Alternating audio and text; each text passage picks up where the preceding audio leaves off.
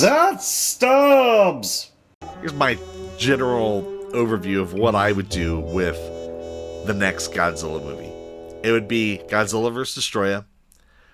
At the beginning of the movie, I want to see Godzilla and Kong are like proper mates. Like, they are hanging out. They are bros. Like, Skull Island is now Monster Island. Like, Mothra, Rodent, any monster you've shown and you want to include that's still alive in this universe, just have them all chilling, right? And like, as long as Godzilla is acknowledged as the king, that's all good. You can, but I think I would like to have a thing where Godzilla is walking by and you kind of see some of the monsters kind of give the little submissive look, and Kong doesn't really do it. They kind of share a glare, but he just keeps moving. Like, I think that I at least want them to have an understanding, all right? So, Skull Island's now Monster Island. A Destoroyah shows up in a form while Godzilla's out dispatching a Muto that's acting out somewhere in the world.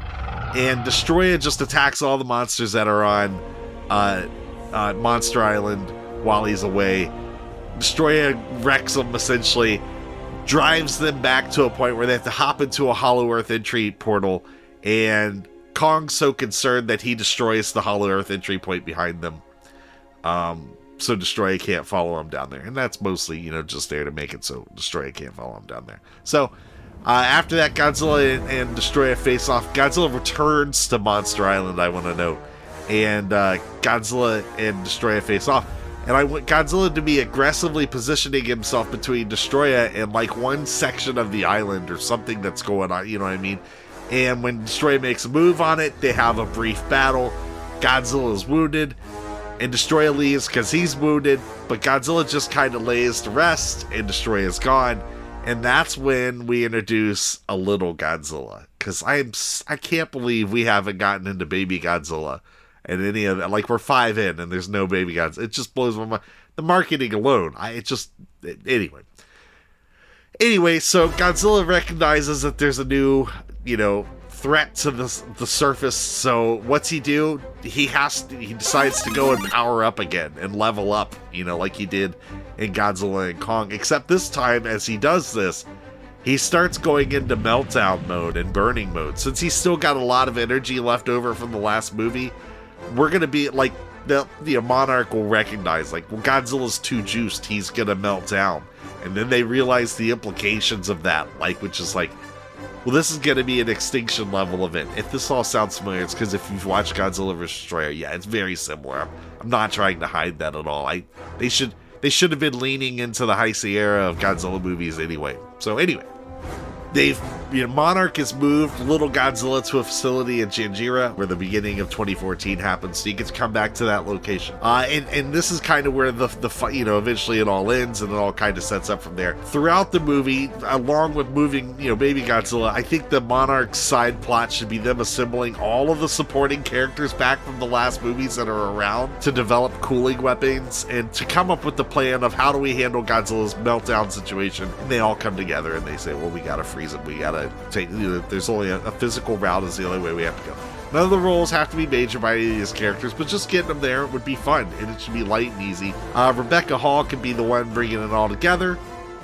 So with that in mind, like I said, have Gia be able to communicate with all the monsters telepathically. You gotta bring in Kurt Russell. As they develop these weapons, we're just trying to minimize the event. Destoroyah shows up in a final form. All of the monsters show up there. Destoroyah is just wrecking all of those monsters. It needs to feel like there's no way to beat this thing.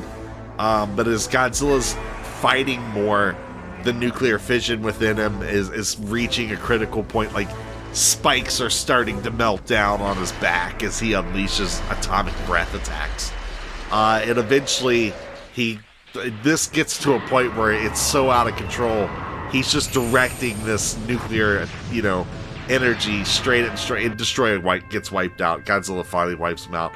All the monsters are there. Little Godzilla's there. Everybody's hurt.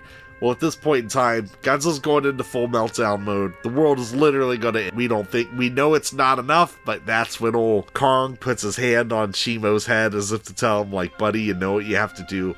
So Shimo finally starts blasting Godzilla with its ice breath, and that's enough chilling power to prevent the end of the world, more or less. But Godzilla is still lost. You know, he completely melts down. His energy would be shown releasing into the air. Baby Godzilla absorbs it. Kong and all the Kong finally bows to Godzilla. Kong would bow for baby Godzilla, essentially, to honor Godzilla's sacrifice. It implied that, you know, so at that point, baby and Kong and all of them would go down to Hollow Earth, where Kong will safely raise this young Godzilla. You could have Gia imply that Mothra and all the other monsters will serve as the Earth's protector while this Godzilla grows, you know. I want to see all of the supporting cast people. You can put them all in a control room at the end, see some of them celebrating, but also some of them mourning the loss of Godzilla. Then eventually you see kind of news bits and everything where the world is mourning Godzilla. Yeah, but again, so you've got the door open for any of those monsters to have solo movies after that. You can keep moving forward with Kong. Godzilla's still available to an extent, you know, and it's just whenever you feel like you want to properly bring Godzilla back, you can do that. You just got to do a bit of a time jump, or just start finding a reason to make him grow faster, which shouldn't be hard, right? And that's it. Yeah, so again, mostly just the end of Godzilla vs. Destoroyah, the Japanese version, but Kong and Shimo being there, and Shimo being what helps cool him enough to prevent a worldwide kind of extinction level event, so to speak, right? It's a lot of rambling. That's a lot of nerd stuff I just threw at you guys. I don't even know. Hopefully you all followed that. I don't know. The other option is obviously you can go Mecha King Ghidorah, just make a Destroy All Monsters style movie where you go big and over the top instead of dark. Yeah, I'm fine with that too. The Destroyer route would be pretty cool, but there's breadcrumbs for both of them in these movies at this point, so why not? So